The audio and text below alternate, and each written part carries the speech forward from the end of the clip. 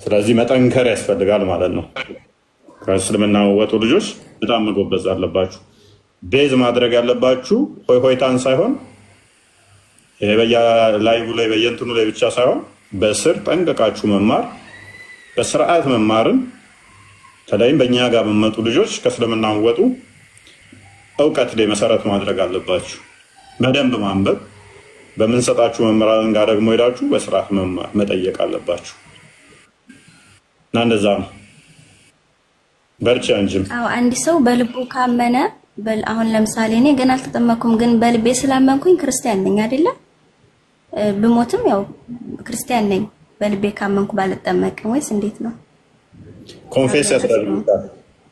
ኮንፌስ ያስደርጉሻል። አይ ቲንክ መምህርሽ ምን ደረጃ እንዳደረሰሽ አላውቅም።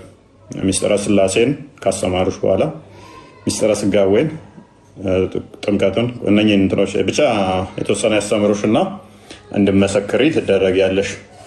ከመሰከርሽ በኋላ ኑስ ክርስቲያን የሚል ይሰጡሻል ማለት ነው፣ ይነግሩሻል። ማን ነው መምህርሽ ላንቺ?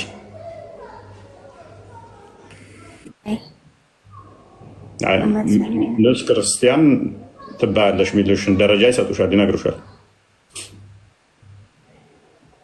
ጠይቂያቸው። እሺ ጠይቃቸዋለሁ። ቀጥሉ። ቃል እንኳን ተወለድክ በዚህ አጋጣሚ ምናምን ነገር ባያቸው እና ደግሞ ደስ ብሎኛል። ቃል በፊትም ክርስቲያን ይመስለኝ ነበር እና አሁን ስታወሩ ስሰማ የምር ደስ አለኝ። ደስ ይላል በጣም። ያ ከእስልምና ወጣ ሀሳብን ጨርስ። ሳጨርስ ነው የወጣው።